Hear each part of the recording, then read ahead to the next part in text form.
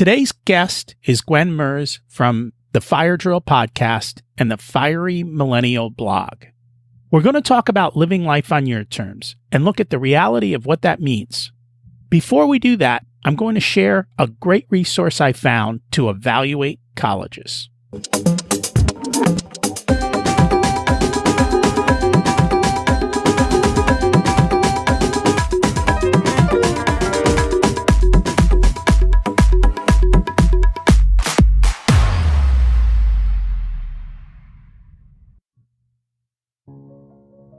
Imagine it's 12 months from now, and you've achieved your major life goals.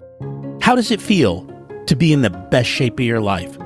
To wake up energized, excited about the day? To have great relationships and friends who support you and propel you forward? How does it feel to have an excess of money, to be able to make the choices you want? To be fearless and open to trying new adventures? Imagine being connected to the universe and it providing everything you desire. It's possible over time, and your past does not dictate your future. The only thing holding you back from this vision is you. It's time to take control of our thoughts and use them to our advantage. Welcome to Richer Soul, where we achieve our dreams and bring balance to health, wealth, relationships, time, and spirituality. If you have not had a chance to listen to episodes 1 through 9, I encourage you to go back and listen to the framework behind Richer Soul and how to create the life of your dreams. You can also find all the show notes for this episode at richersoul.com. While you're there, you can sign up for a monthly email where I share the best articles I read this month, let you know about upcoming episodes, and share a little wisdom. You can also listen to coaching calls under the Coaching Calls tab.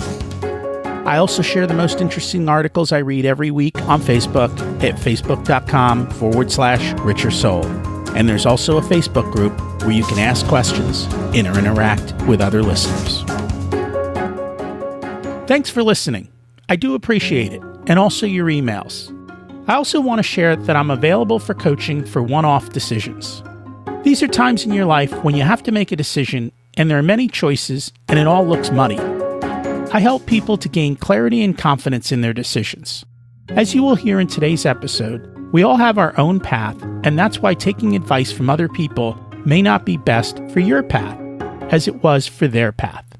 Having someone on your side who will help you evaluate the decision and lay out the pluses and minuses of different paths, along with listening to your goals and helping you to find alignment, can help us move forward with confidence. It might be switching jobs, setting a path to buy real estate, making a change in your business, or ensuring you have the right pricing and focusing for your target market. You may want clarity on goals for your children and how best to achieve them. While these all sound like different topics, the path to the answer is the same. It's finding clarity and deciding on what your goals are, and then finding the path that matches you to your goals. In today's episode, pay attention to Gwen's real estate story and see how her personal traits held her back from the outcome she wanted. Gwen has to find a real estate path that matches her strengths. What I do is listen to you and help clear the way. Too often, people who give us advice have their path in mind or another agenda. Since I don't sell any products, clarity and alignment for your specific path is the goal. Knowing your path and the next steps allows us to move forward instead of being stuck for months or years at a time. I give you permission to try. Email me at rocky@richersoul.com to see if I can help. As you know, my kids just started college, and quite frankly, with 2 kids, it's not hard to spend $500,000 on education. When you do that math, it doesn't even make sense for a majority of kids to pay that much. Today, the information is available for free or at a very low cost. The network is also possible outside of a school. Sure, there are exceptions, but they are narrow, and you need to be part of the exception in your goals. While my daughter is spending $28,000 for this year, and a big portion of that is the cost of living in New York City, my son is spending $4,000 this year and living at home. There are choices. As we just talked about before, be clear in your goals and then find the path that works best for you. I found a new resource that helps you to evaluate colleges based on your goals and also reveals how much money they give out. It's called the Common Data Set. You just Google Common Data Set and the name of your college. The results will show you a ton of data. One item is ethnic diversity. For example, MIT, almost a quarter of the students are Asian. Graduation rates, how many years it took them to graduate. How many people apply and get accepted? Male-female breakdown. You have a better chance at MIT as a female because they seem to want a balanced class, and 2 times as many males apply. It also shows admitted versus enrolled, and what the wait list looks like. You can see the high school requirements, average SAT, and ACT scores, so you know what you need to get in, along with class rank and GPA. They also list out what is very important to them, what is considered and not considered in their acceptance decision-making process. This helps you to focus on what's important to the school. For example, MIT doesn't care about alumni relations, and many schools don't care about your talent. MIT is looking at your character very closely. I know if my son wants to go there, we will essentially need a perfect score on his math SAT, as they range from 770 in the bottom 25% to 800 at the top 25%, along with an English score in the mid-700s. This helps you to match your talents to the school and not waste time on dreams that will never come true. We found that what's in this report differs from the information on many websites that report scores and information. We know it's true because it's reported directly from the college. You can see how they give out money and if it's need-based. At MIT, it's mostly need-based, and they have very little, if any, non-need-based aid. So I can tell you, my son won't be going there. The degree is not worth the money. We will visit, though, since we're driving by, and at least he can see that it's not all that. You can also see class size, faculty-to-student ratios, as well as determine if it fits your child's learning style. There is also a lot of information about the degrees and extracurricular activities and what the housing situation looks like. This is one of the best resources I have found to learn about colleges and make informed decisions based on what is actually true about the school. Looking at all this information can get overwhelming, and I suggest having your kids play a big part in the process and look up the information. Helping them find clarity about where they fit in and what the school has to offer, along with the costs, helps to make a good decision. I would love to hear from you how an insight from the show has helped you have success. Our guest today is Gwen, who is 27 years old on the path to financial independence. She saved over $200,000 in 5 years and recently quit her job to become a full-time entrepreneur. She enjoys biking around the lakes and practicing her terrible golf swing. She lives in Minneapolis. Let's meet her. Welcome to Richer Soul, Gwen. It's great to have you join us today. Thank you very much. I'm happy to be here.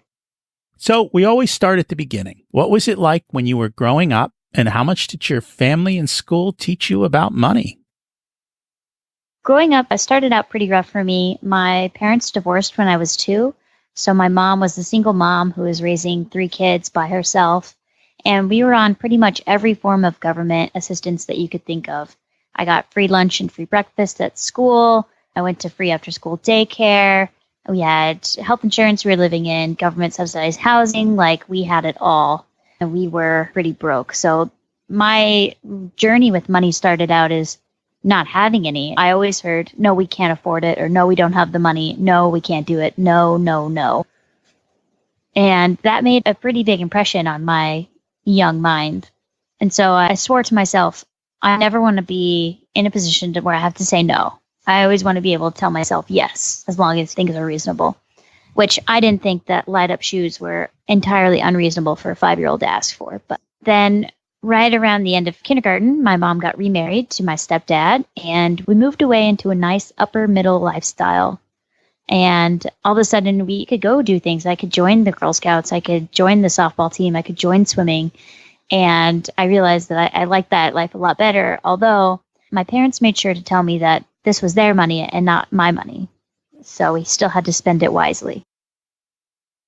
Smart decision on their part. I still tell my kids that too. It's like, this is my money, not your money. You have to figure it out for yourself. Yeah, so they sat me down when I was like 10 or 11. They said, listen, you're getting old enough now that you're going to start being able to babysit and do some other things around the neighborhood for money. We're not going to give you an allowance anymore. You have to earn it.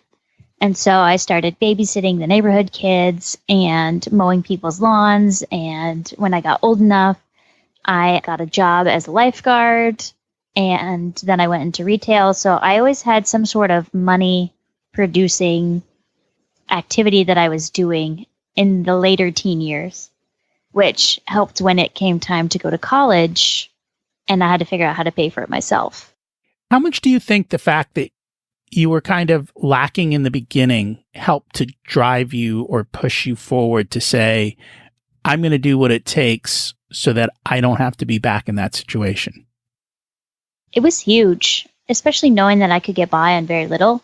It helped in college when I had my education paid for with the full ride scholarship, but I had to come up with like gas money and car insurance money and extra money on my own. And I knew that I didn't require a lot to live off of. So that was really helpful in buckling down. And my friends were like, hey, let's go out and do this. And I'm like, nah, that's okay. I'll stay home and eat the free food at the cafeteria. That takes, I don't know what's the right word is. Is it determination or the courage to say no? It definitely takes a lot of willpower, that's for sure. That's the word, willpower. And so how did you get to go to college for free? How did you get a full ride scholarship? My parents sat me down again when I was a junior in high school, maybe a sophomore, somewhere around there. And they said, listen, we'll pay for 2 years of your community college for free. You can stay here at home rent-free. You have to get a part-time job, but you can stay here rent-free. We'll feed you. We'll pay for your classes. Or you could go to a 4-year school and pay for it all on your own. We're not going to help you with the 4-year school. And they also refused to fill out the FAFSA for me as well. And I was bound and determined to go to a 4-year college. Our relationship at that time wasn't the best. It was pretty rocky. And I didn't want to stay at home anymore. I knew that it was pretty toxic and it was going to limit my personal growth. So I had to get out of there. So that left 4-year college. So I applied to the local state college and got in and then went, oh, I have to figure out how to pay for this. And so I joined the military, and the military is going to pay for school, but I had to wait a year. And then I was like, okay, I can afford a year. That's fine. And then I just had filled out a form for scholarships. And so I had gotten a few, but they weren't anything that was like super great. And then one day I got a phone call and the secretary on the other end said, somebody turned down their full ride scholarship. Would you like it? You're next on the list. And I immediately broke down crying. I was like, yes, I would love that. Thank you. It's the best day ever. Was that the same college or a different college? It was the same school, yeah. Okay. And they did that even without the FAFSA, because I know these days they're like, if you don't fill that form out, you get nothing. We don't care. I was incredibly blessed twice in that A, I got the full ride scholarship, and B, I didn't have to fill out the FAFSA.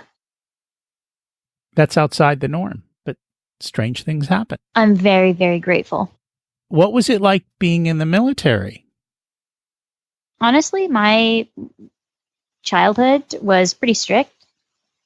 So it wasn't that much worse than I'd experienced growing up. Instead of 5-minute showers, I could take 2-minute showers. I still had to follow a whole bunch of rules, but I was used to following rules. So these were just a little bit more strict and a little bit more numerous than I was used to. But unlike some of the rules in my parents' house, I understood the reasons for all these rules, so I had no problem following them. Because I knew that the consequences for not following the rules were way worse than just sucking it up and following the rules. And that's probably true. So your parents didn't tell you the consequences of why they were having you do certain things. And they also changed over time as well. So the punishments were never quite the same and were never quite matched in intensity either. But the military is very consistent. Break this rule, get this punishment. Done. And that's what kids like. They like consistency. But I think the important thing here is that start that you had put the drive into you? And I think that's one of the issues that parents have when they are wealthy, is that balance between how do you put the drive into a kid who's had a comfortable lifestyle? And you said you switched neighborhoods. So what did you kind of see as you switched neighborhoods, and what were the other kids like, and how did they find their drive too? Oh man, it was a drastic change. So I went from living in government assisted housing where everybody was on Section 8 and it was very poor and nobody had anything. And then I came to this upper middle class lifestyle, and all of a sudden I was the one that didn't have anything, but everyone else did. And so that was a pretty big problem for me growing up. I got bullied a bunch for not wearing the right clothes or having the right accessories. I remember getting made fun of because I didn't have a Razr flip phone. I remember those. Yeah, that was right in the middle of high school, and those started coming out and becoming like cell phones were becoming the thing to have. And my friends had all these cool phones and their parents paid for them. And if I wanted a phone, I had to pay for it myself. It sucked a lot. But my relationship with money was a lot better than those of my friends because I understood the value of the things that I had, and I took good care of them because I knew that I would have to replace it if something happened to it. So looking back now with 10 years of hindsight, what do you think? And I don't know if you keep in touch with any of these people or see where they're at and can kind of compare and contrast. Some of them I keep in touch with a little bit just through Facebook. I see what's going on in their lives. And some of them have never learned. They went to a 4-year school that was expensive. They paid cash for it. And then they graduated and they got a nice job because dad had to hook up somewhere. And then their parents bought them a condo in Chicago on the lakefront. So I don't know if the real world will ever catch up to some of them because money is so insulating to them. A few of them had a fall from grace and learned the hard way that their parents' money wasn't endless, and then became much more normal, I guess. Like to the point where they would never complain about getting a 2-year-old car because they were just grateful to have a car that ran. And then the rest of them were balanced to begin with and never really had a problem and made it through just fine. I'm always interested in learning, like, where do things start and where do they end up? Because when you're in it, it always looks like they're so lucky and that's so wonderful. But I have seen over the years that kids who are spoiled, their life doesn't turn out wonderful because they don't have the drive and the gumption and the ability to do anything. And because they're so ungrateful, they just can't be happy. And so I always try to see where that fine balance is and how to do it appropriately. Thankfully, I'm about at the end for my kids, so I think I did well. Woo woo. So you went to college, and what happened afterwards? You're in the military in college, and then comes the next part of life. Yeah, so I did my first year at school, and then I took most of a year off to go to military training and came back and finished out my college education. And the military helped me realize that I didn't want to go into law enforcement. So instead, I went to computer science because the computers obeyed me, but people didn't. So I learned that in the military. Very grateful for that experience. So I went into computers and I got an internship at a local Fortune 100 company, and the rest was history. So here you are. You come out of college, no debt. You've got your military. You've got a great job. Life is perfect. And you've just continued down that straight, wonderful path to the next thing, or did something change? Yeah, everything is going roses. I moved around a little bit for my company because it's in a pretty small town, so I wasn't a fan of staying there, so I wanted to get away and explore the world a little bit. So I had some nice vacations and got to see a little bit more of the world outside my tiny little Midwestern bubble. And then I decided to quit that job and leave the straight and narrow, comfortable path behind. And why did you do that? Well, I met this boy on the internet, and he lived 6 hours away from me. And I really liked him, and I really wanted to see where that could go. So we were like, okay, listen, we've been dating for almost a year at this point. Something has to give, or we're not going to be able to keep seeing each other. So we looked at the options, and it was he quit his job or I quit mine. And he's at the bottom of a pretty tall ladder at his career, and I was at the top of a pretty short ladder. And I wanted to get out of my town, and he wanted to stay where he was. So we made the decision that I would quit my job and move up there with him. But, I mean, you could still do what you're doing somewhere else, right? Yes. The positions of what I like to do, I was in IT executive support.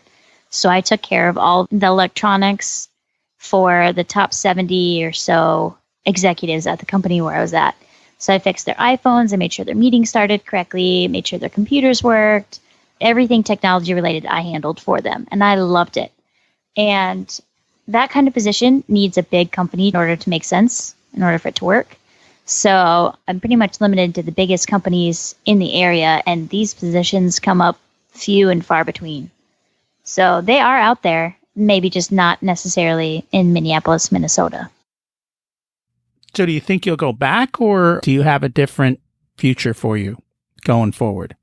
I quit my job at the end of March and became an entrepreneur full-time at the beginning of April. And so far, it hasn't really worked out how I planned it to. I'm rapidly running out of money because none of my money-making schemes are working at the moment. So it's incredibly stressful, and I would probably go back to work in a heartbeat if I could. That's interesting. So what types of things have you done in this entrepreneurial spirit? Because I know this is a constant thing that comes up with people. It's like, oh, everyone looks at the other side of the fence and goes, the grass is greener over there. And the people who have jobs want to go be an entrepreneur, and all the entrepreneurs want jobs. And once again, you're sitting here on both sides of the fence having to see both sides. Yeah. So when I was working, what I craved most was time. I had plenty of money. I had all the benefits. I had healthcare and everything. I just didn't have enough time to do what I wanted with my life. I was always at work or thinking about work, and I didn't feel like my life was my own. But now that I've become an entrepreneur, I have all the free time in the world, but I don't have any money. And the benefits aren't there either. So if I get sick, I'm on health ministries. So if I'm on there, they have every right to turn me down and say, sorry, we're just not going to cover this. So I have to be extra careful about what I do. Like when I go out bike riding, I don't want to fall and break my leg. They would probably cover it, but it would be expensive for me to heal and recover from that. So everything just has an added layer of extra stress on it nowadays. And that's true even for people who work. I think stress is the one thing that we all struggle with, and trying to overcome that isn't always easy. Yeah, it's incredibly difficult. So what have you tried from the standpoint of this entrepreneurship, and what are you struggling with to get started? So I bought a rental property about 18 months ago, so spring of last year, and I lived in it for the first year, and it went pretty well. I learned a lot as first-time landlords do. And then I moved out of the property, and things just went promptly downhill from there. I had already put about $40,000 worth of repairs and upgrades into the house, and I found out that it would require at least $50,000 more in the next 18 months. And especially without having steady income, I just couldn't afford that. And then my tenants weren't working out. They weren't paying their rent. They were dealing drugs, and I was getting calls from the neighbors about parties at 2 o'clock in the morning. And I was 6 hours away. So it was incredibly stressful. And I just wanted to get rid of it. And I'm actually in the process of closing on the property right now. So hopefully either today I'll get a notice that they managed to close, or I'll have to wait until after the long weekend. But I'm almost done with this rental property. And I think people look at passive income in real estate and say, oh, this is an easy way to make money. But the reality is it is not. And I have a few rentals. We had issues with one where I had to evict a tenant, and the place is a mess. And so we have to spend a lot of money to redo it. And the other thing is the market has dramatically changed. I think when I first got involved, it was after the housing crash. And so there were a lot of people who were very risk adverse to buying a house because of what they had seen. And I was getting much better renters than I am today. Today, it's a lot harder to find someone because everyone wants to buy a house. Money's cheap. It's easy to get loans again. And you can even do it with very little money down. And so those people who can buy are buying, which leaves a different sort of person for the rentals. And so I just decided to pull the plug on a couple of them that are kind of out of sync with the market. And we've got them listed for sale. We'll see what happens. But it's clearly not as easy of a passive income stream as people make it seem. And especially, I mean, I'm lucky. I kept all of mine within 10 minutes of my house so that I didn't have to worry about travel time, because that's what eats you up every time you have to go over there or come back or deal with something. But being 6 hours away makes it a lot harder, doesn't it? It's incredibly stressful. And I had a property manager, so theoretically, I wasn't supposed to deal with all of this stress, but they weren't very good either. So they weren't dealing with it. So then I had to deal with the tenants and the property manager. And that's what I think. People think, oh, I have a property manager, I don't have to deal with it. But you have to manage the property manager. And if they're overcharging you or they're not doing their job well, guess who gets stuck holding the bag? Yep. Not great. Now that you're in the process of selling your rental, do you think you will get back into rental real estate in the future now that you've learned a lot? Maybe in the future I will. I don't think it'll be directly buying a place to rent out to tenants. I think it'll be some other flavor of real estate. I'm still pretty bullish on real estate, but I made a lot of mistakes and didn't do it correctly. And so I don't know if I'd be willing to fix those mistakes just because of who I am and how I've been conditioned to be a people pleaser in my jobs. It's incredibly difficult to be a people pleaser and be a landlord because you can't be both. Is that where the majority of the mistakes came from, or were there other mistakes? There were other mistakes, but that was a big one. I am a sucker for a sob story, unfortunately. And I always want to believe in the best in people. So I'm like, yeah, that's okay. You can move in without a deposit. Just get it to me over the next couple of months. Well, of course, obviously that didn't happen. And then obviously they skipped out in the middle of the night and locked the door and took the keys with them. And I just had to eat the cost. So I know what I did wrong, but I just don't like running credit checks on people. I don't like digging into their background. It feels too invasive, which is a huge problem if you're a landlord.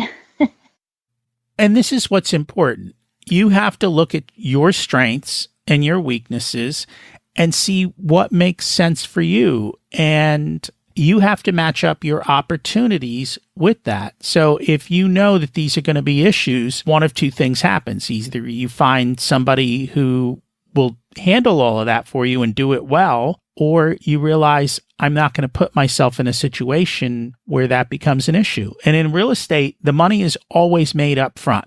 It's made on the buy. The money with technically a tenant is really made when you pick the best tenant up front, because if you don't get the best tenant up front and put the work in, then you have the headache on the back end, which is what we all experience. And that's not fun. And if you have the means to handle that, that's great.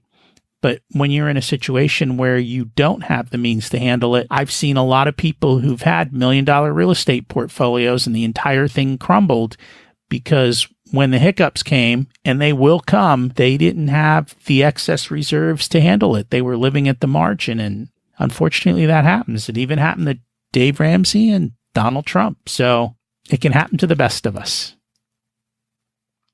Yeah, you put in the work up front, and it's relatively easy, or you don't put in the work, and then you have to do a bunch more work at the end. Very true. What other passive income or active kind of side hustles have you gotten involved with?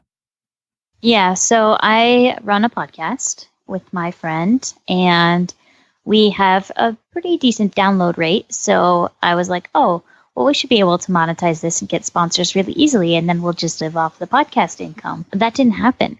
And we still don't have sponsors for the podcast just because every time we get close to getting a sponsor, it just doesn't work out for whatever reason. I was expecting to make money off of that and did not make any money off of that. And I was thinking that I could build my traffic up for my blog and start getting some ad income coming in from that, but that's been negligible. And through the podcast, we had a guest on, and she was telling us about these digital downloads that she sells on Etsy, where she sells patterns or spreadsheets or printable planner pages or something like that, where you can just email the file and you don't have to worry about shipping. And so my co-host and I said, wow, that sounds really interesting. So we started a paid mastermind group through our podcast and got a little money that way. And I had this shop on Etsy that I have all of these patterns on that nobody is buying. And so my co-host is making gangbuster money, I would say, like $300, $400, $500 a month, depending on the month. And I had my very first sale to not friend or family member a couple weeks ago for $5. And is she making it on Etsy or she's doing it some other way? On Etsy. Okay. So what's different about what she's doing versus what you're doing? The audience is different. Her audience is much, much, much wider than mine. She sells to bachelorette parties, and I sell to stained glass artists. So which are there more of? People who do stained glass or people who need to get married and need to have silly tank tops that I'll say Bride Tribe or something like that. And it's one of those events that people are just willing to blow money on just because. Yep. And so weddings are a huge one. And so she's got her market nailed down and she's doing great, which I think is awesome. I just haven't come up with that kind of market yet. And so they say, go fishing where the fish are. She found fish and she's going fishing in that fish barrel. And I think that's the thing. A lot of times, and I've heard this story multiple times from people who want to start businesses. They've got the things that they love and they want to get involved in it. But if there is not enough people in that market, and especially if it's a crowded market, then it's difficult. And I know in the Etsy store, when my daughter was, I think around 14 or so, she wanted to try selling bracelets. And so she got an Etsy store and she put some stuff up and she started doing stuff and she found out very quickly it's an extremely crowded market and you have to spend a lot of time and effort to get noticed. And it's not just as simple as, oh, I put this up and the dollars come rolling in like they tell you on all those infomercials that are out there. Yeah, it looks far easier than it actually is, which is actually the case with the vast majority of things out in the world. But yeah, so that was also something that didn't work out. And yet you're still here, you're still trying, you keep going forward. And I'm guessing it's because of the way you were brought up, in the sense that you had that determination, or there's some other driving factors that just keep you getting up and going? Well, I have a lot of friends in this entrepreneurial space that are making money and they are being their own boss and they get to work from their PJs on the beach, whatever. So I know it can be done. I just have to figure out what my niche is and what people want to buy from me. And that's very true. And sometimes that's the hardest part, is figuring that out and testing it out and having the time to be able to do it, in the sense of the money to be able to cover you while you're out doing this. And not everyone has that. So it's kind of that delicate balance there. Yeah, and I am rapidly running out of money, so something's got to work pretty quick here. This rental property sale will help, but again, that's only a Band-Aid on a long-term problem. So do you think you're going to go back to work, or? If the right opportunity presents itself, I will go back to work, yeah. Okay. And that everyone has to make their choices and do those things. In the meantime, you have been smart enough to build up quite a nest egg, haven't you? Yes. So what caused you to do that at such an early age? So I got into the FIRE movement when I was a junior or senior in college. And I found this world and I said, oh my gosh, this is like the next level of what I'm doing. Like I thought I was pretty good, but there's another level that I could achieve. And look at what the people on that level are doing with their lives. Like, that's amazing. I'd never have to worry about being poor if I did this. So I started saving pretty much as soon as I possibly could and just started hoarding money pretty much. I kept my living expenses pretty low. I maxed out all of my tax advantage space that I possibly could and just basically tried to save up as much money as quickly as possible, because the more money you save up at a young age, the longer it has to compound and work for you. Absolutely. If you start and you save in the early part, that savings will grow faster than if you wait 10 years. And even if you save a larger amount for the rest of your life, you're actually behind the eight ball because you didn't start quick enough. And so being able to do that is a massive, massive difference. That's what kind of saved me, is the fact that even though I make a lot of stupid money mistakes, the fact that I started early and just kept at it has allowed me to build up quite a bit of wealth. And I know it works, and it overcomes everything else you might do. So it's a wise and smart decision. You're hanging out with a lot of other people then in the fire community? Yeah, I would say the vast majority of the people that I hang out, talk to, be around these days are fellow fire walkers.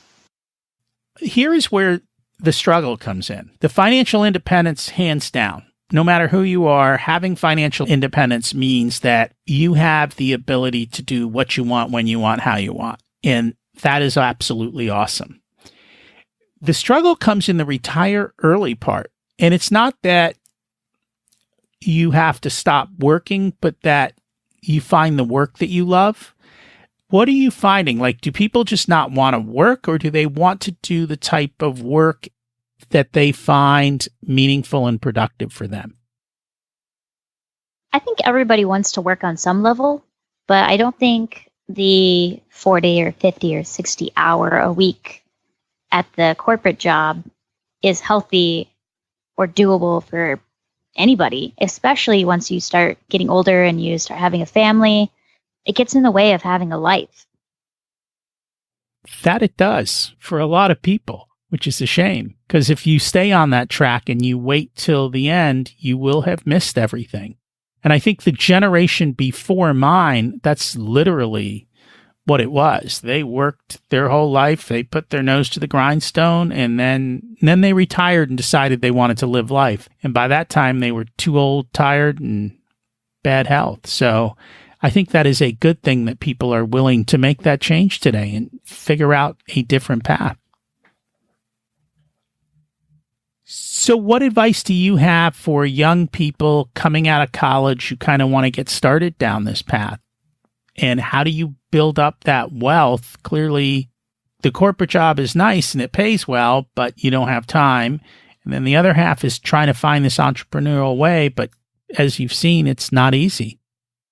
Yeah, so my advice to anybody getting out of college who wants to start going down this financial independence journey: keep living as cheaply as possible for as long as possible.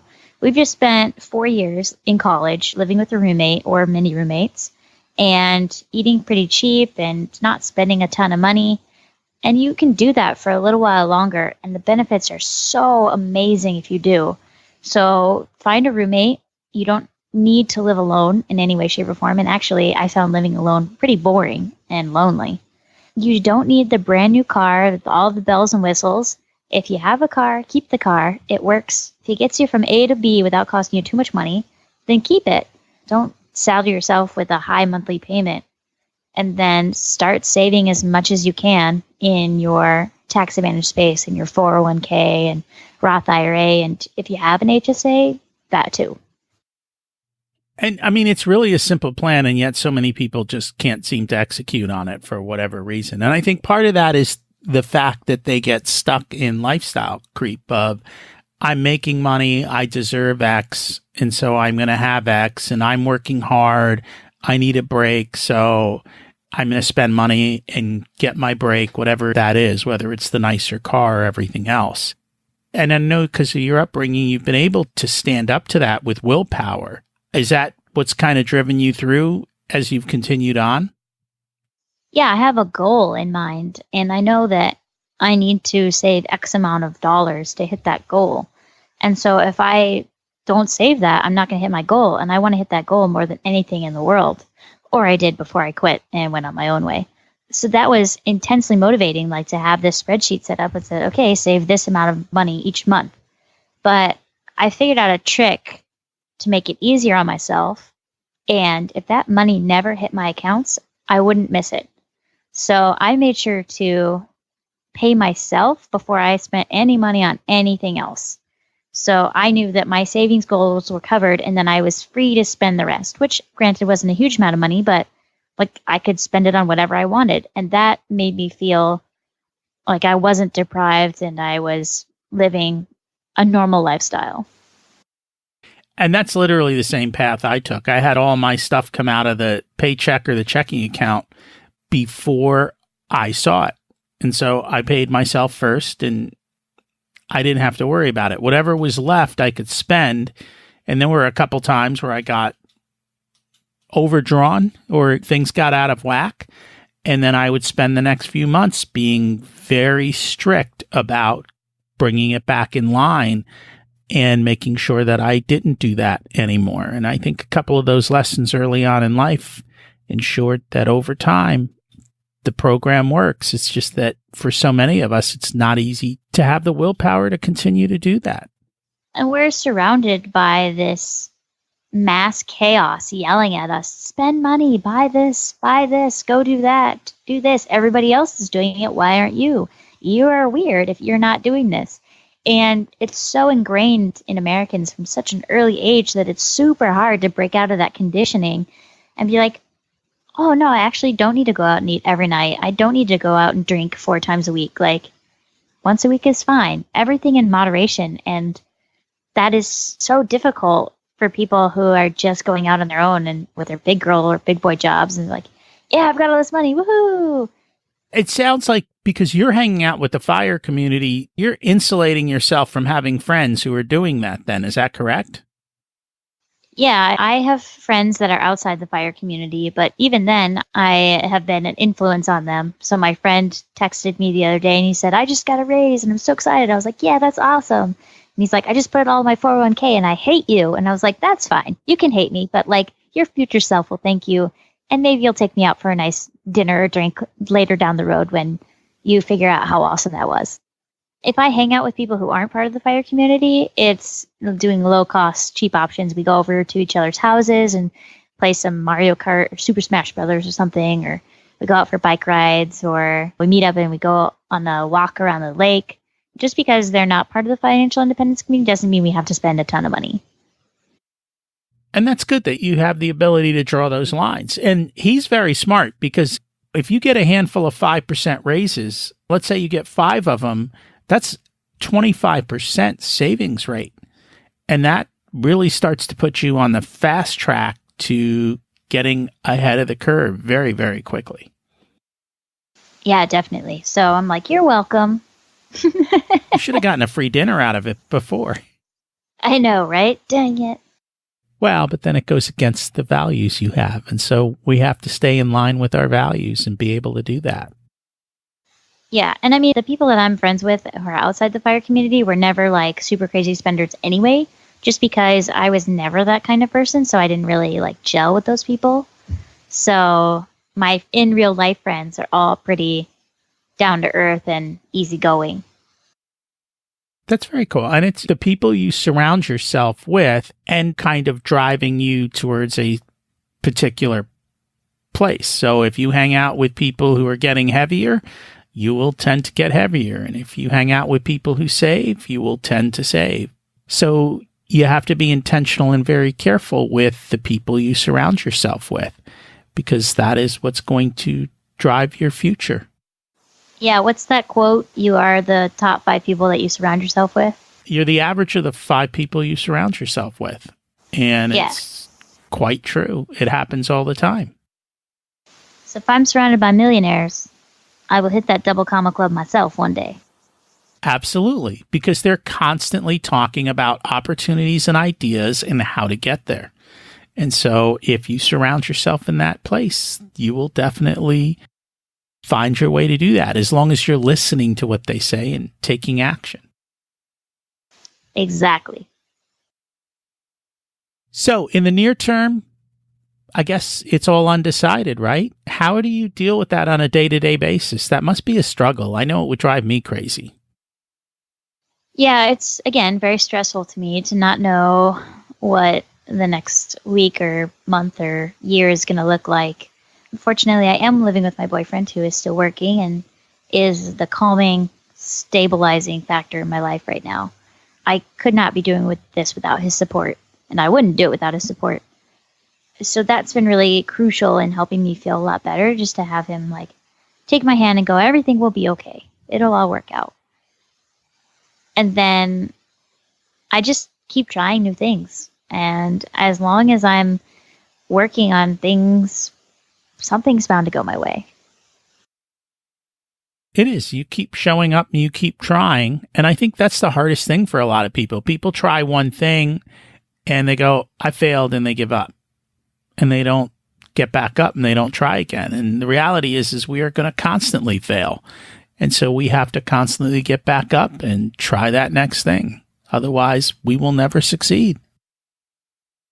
Very true. Doesn't matter how many times you fall down. It's how many times you get up, right? Absolutely. That's the way kids learn to walk, by falling down constantly. And they just keep at it. They smile, they get up, and they know that one day they'll walk, and they keep at it. Sometimes we forget. So you have a podcast and you talk about fire on your podcast, correct? Yes. So what have you learned from your guests who are in this community? Are there some underlying themes that tend to come out? Yeah, one major theme that I think repeats itself pretty often is that there's no one right way to do anything. Everybody's situation is different, so their journey to financial independence is going to look different. And there's a tendency within the FIRE community to say, you need to max out your 401k, and you need to live with roommates, and even I've said that. And you need to do everything yourself and radically insource everything. But you know what? Sometimes that's not the right path for people. And if you're a high-income professional and you are earning a ton of money and you just don't have a lot of time, then it's worth it to pay people to do things for you. Or maybe your goal is to start your own business and you want to be like CoastFi, where you save up a lot of money and then you live off the proceeds of your business. And one way isn't better or more right than the other. They're just different, and it depends on what you want for your life. And that's true, but that requires intentionality of saying, this is what I want for my life. And too often everyone's looking for someone else to tell them the path. And when you do that, you're on someone else's path, and you realize at some point that you aren't happy because it wasn't your path. You didn't put the time in to chart your course. Yeah, and that's what I'm kind of figuring out too, where my MO for financial independence has been like kind of trying everything out. I tried out real estate, I started a blog, I started a podcast, I started other side hustles, and it's all about just trying something and figuring out if I like it or not. For me, maybe I'm not particularly the best to be an entrepreneur, and maybe my path is best suited at work. Who knows? You keep trying and you see where it comes out. That's all. Keep trying and see what happens. Very true. Any other themes that kind of came out from your interviews? Most people say they wish they would have found this 10 years ago. They wish that they had been doing this in their early 20s, and now they're just finding out about it in their 30s, and they're sad that they missed so much time when they could have been doing it right. But the best time to plant a tree was 20 years ago, and the second best time is today. So whenever you find it, it's okay. Don't beat yourself up over what you did in the past. Just go forward with what you've got today. Do you know what was the light bulb moment for them that all of a sudden they decided to take the different path? Like, what clicked that made them change? It varies between people. Sometimes they've had this awesome job that they love, and either their hours get cut, or they get a new boss, or they restructure and suddenly they're not doing what they want anymore. Or they don't like their corporate life, and so they Google how to retire early, and then they come across the FIRE community. Or seeing somebody, there was a lady at work who I worked frequently with, and she retired, and 2 days later had a massive heart attack and died. And that changed a lot of people that I knew when I worked at that office. So that's an inciting incident. And other people, their spouse gets sick or their kids get sick, and they realize they want to spend more time with them. It's a whole plethora of events that happen to make people go down that path. And that's the thing. I think we will all face one of those options at some point in time. We'll experience one of those life events. And if you wait till the life event occurs and you don't have financial freedom, you're way behind the eight ball because it takes years to build up a nest egg. If, on the other hand, you build that financial freedom up front, even if you want to continue working, then when things change, you're ready for the change. And I know that was big for me. I always knew that someday change was going to come. I didn't know what it looked like or where it would present itself, but I wanted to be ready. I didn't want to have to get stuck at that point and not have the options and the freedom to make the choices I wanted to make. Yeah, so if you happen to come across a singularly handsome gentleman on the internet that you want to be with, you can quit your job and move in with him. No problems. That was wild and crazy, wasn't it? It was wild and crazy, and not something that I ever saw myself doing, but I don't regret it for a second. Well, that's good. And you know what? I think this is the thing. In life, relationships and these types of things are probably more important that you take the leap than live a life of regret. I'm assuming it will work out wonderfully for you, but even if it doesn't, it's better that you at least tried and went forward versus having the regrets of never trying and then always wondering what would have happened had I had the courage to take the chance. Yeah, I don't have those what ifs. Even if it doesn't work out, then that's okay because at least I gave it a shot. And I'm not just left hanging like, oh, what could have been? And then I don't torture myself over a life that wouldn't have worked anyway. And there's a lot of people who unfortunately do that, which is a shame. It's true. I've done it myself in the past. Oh, have you? I have, yeah. Some things just didn't work out the way that I thought they would, and I was plagued with regret. And it's dumb. Don't live in the past. It happened and move on. That's my new mantra. Very, very cool. So I always ask for people, based on our conversation, what is one action step that people can take to move forward this week? I would say bump up your tax-deferred accounts if you can, or just start saving an extra couple % a month. It'll compound and pay off immensely in the future. That's the one thing. If you change your 401k by 1%, you won't even notice it in your paycheck. That small amount of money just kind of doesn't even appear. But if you keep doing that time and time again, over time, you end up building a very high savings rate. And it just happens small steps at a time and you never notice it. And so definitely great advice. If people want to find you and connect, where do they find you and where do they read about what you're doing?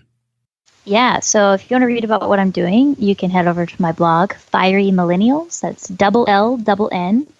And if you want to hear what's going on, you can head over to my podcast. It's called Fire Drill Podcast. And I can be reached through either of the contact forms, or I'm available on pretty much all social media under Fiery Millennial or Fiery Millennials. Awesome. And we'll put that in the show notes as well. It's been a pleasure to have you here. Thank you so much for joining us. Thanks so much for having me on. Life is always a struggle for most of us, and it's in the struggle that we grow. I really enjoyed chatting with Gwen because she has been on both sides of the fence with money and also with a job versus being an entrepreneur. We always think that the grass is greener on the other side of the fence, but it's not always so. Creating passive income is not easy for many people, and it takes time. Being intentional and trying out different paths early in life helps us to prevent regrets later on. Somehow, we get through it if we keep getting back up. Next week, we're going to meet Cubert, who is in a different part of his journey to FI, and see what lessons we can learn from him as he's nearing the end. So, today's action step: bump up your savings rate this week. Over time, small changes can compound into big results. Remember, the key to wealth is to increase the spread between your income and your spending. It's what we call savings, and it's hard to do sometimes as a current need or want takes precedence over the larger need in the future. But overcoming ourselves and making that change to hold off is what creates the freedom to live life on our terms. Remember that as you spend that dollar today. You can check out more of Gwen's work at her blog, FieryMillennials.com, or listen to her podcast, Fire Drill Podcast. I've been doing a lot of coaching sessions lately that are focused on helping people get clarity and confidence in a particular area of their life. These calls are short, but help people to get unstuck and move forward. The results are the ability to make a decision and prevent bad outcomes that could cost them a tremendous amount of money had they made the wrong choice.